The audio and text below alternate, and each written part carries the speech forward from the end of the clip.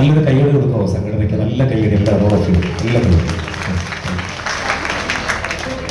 തീർച്ചയായിട്ടും ഇന്ന് ഒരു പുതിയ ദിനമാണ് ഒരുപക്ഷെ നിങ്ങളിൽ പലർക്കും ഇന്ന് ജീവിതത്തിൽ സംഭവിക്കാൻ പോകുന്നത്. ജീവിതം ഏറ്റവും സന്തോഷകരമാകട്ടെ എന്ന് ആത്മാർത്ഥമായിട്ട് പ്രാർത്ഥിക്കുകയാണ്. 2024 അവസാനം 2025 തുടക്കവും ചെറുകെന്ന് പറയുന്ന ഭിന്നശേഷി സംഗമത്തിന്റെയും വധൂവരന്മാരെ കണ്ടെത്തലുമായി ഒരുക്കുന്ന ഈ മനോഹരമായ ഓപ്പൺ ഓഡിറ്റോറിയത്തിൽ കാത്തിരിക്കുന്ന എല്ലാ മനസ്സുകളും ഏറെ സ്നേഹത്തിലും ഏറെ ആകാംക്ഷയിലൊക്കെയാണ്. കഴിവുകളുള്ള മക്കളെ ചേർത്ത് പിടിച്ചുകൊണ്ട് മാതാപിതാക്കൾ അവരുടെ മുഖഭാവങ്ങളെ ഞാൻ ഇങ്ങനെ നോക്കിക്കണ്ടത്. ദൈവം എല്ലാവർക്കും ഈ മക്കളെ സമ്മാനിച്ചിട്ടില്ല. പക്ഷെ പവിത്രമായ കരങ്ങളിൽ സമ്മാനിച്ചാൽ മാത്രമേ അവളെ നീ ചേർത്ത് പിടിക്കുകയുള്ളൂ എന്ന് ദൈവത്തിന് കൃത്യമായ നിശ്ചയമുള്ളത് കൊണ്ടാണ് ഈ ഇരിക്കുന്ന മാതാപിതാക്കളും ഒരുപക്ഷെ രാജ്യം തന്നെ പ്രത്യേക കഴിവുള്ളവർക്ക് വേണ്ടി വാതിലുകൾ തുറന്നിട്ടതാണ്.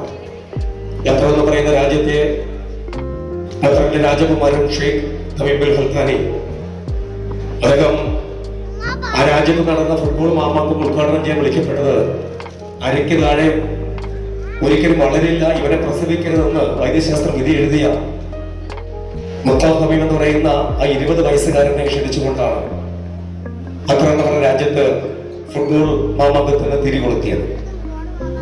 ഒരുപക്ഷെ എത്രയോ കളികൾ ഫ്രാൻസും ഇറ്റലിയും തമ്മിലുള്ള കളികൾ എത്രയോ കളികളിലാണ് പ്രത്യേക കഴിവുകളുള്ളവർ വീൽ ചെയറിൽ ചെന്നുകൊണ്ട് കാണികളെ അതുപോലെ കളിക്കാരെ അഭിസംബോധന ചെയ്തു.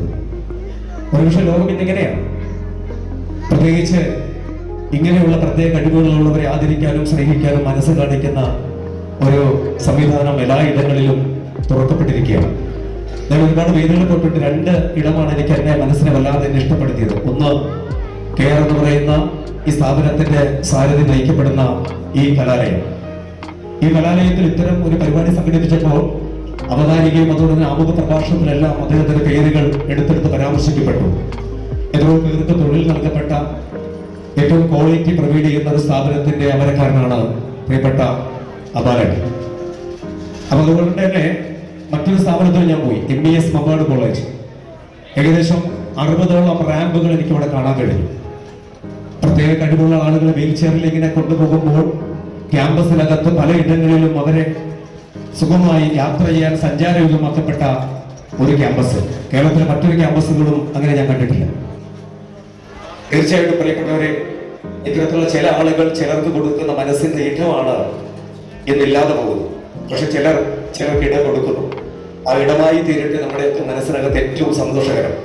ഇന്ന് സോഷ്യൽ മീഡിയയുടെയും മാധ്യമങ്ങളുടെയും ഒരുപാട് പേർ ലൈവെല്ലാം ഈ പരിപാടി ടെലികാസ്റ്റ് നഷ്ടപ്പെടുന്നുണ്ട്. എനിക്ക് എല്ലാവരോടും ഒറ്റ അപേക്ഷയുള്ളൂ, ആജ്ഞയാൽ അപേക്ഷയാണ്. മാക്സിമം ഈ ഫംഗ്ഷൻസ് നിങ്ങളുടെ പ്രാക്ടീസുകളിൽ വീഡിയോകളിൽ നിങ്ങൾ ഏറ്റവും മുഖ്യധാരയിലേക്ക് എത്തിക്കണം.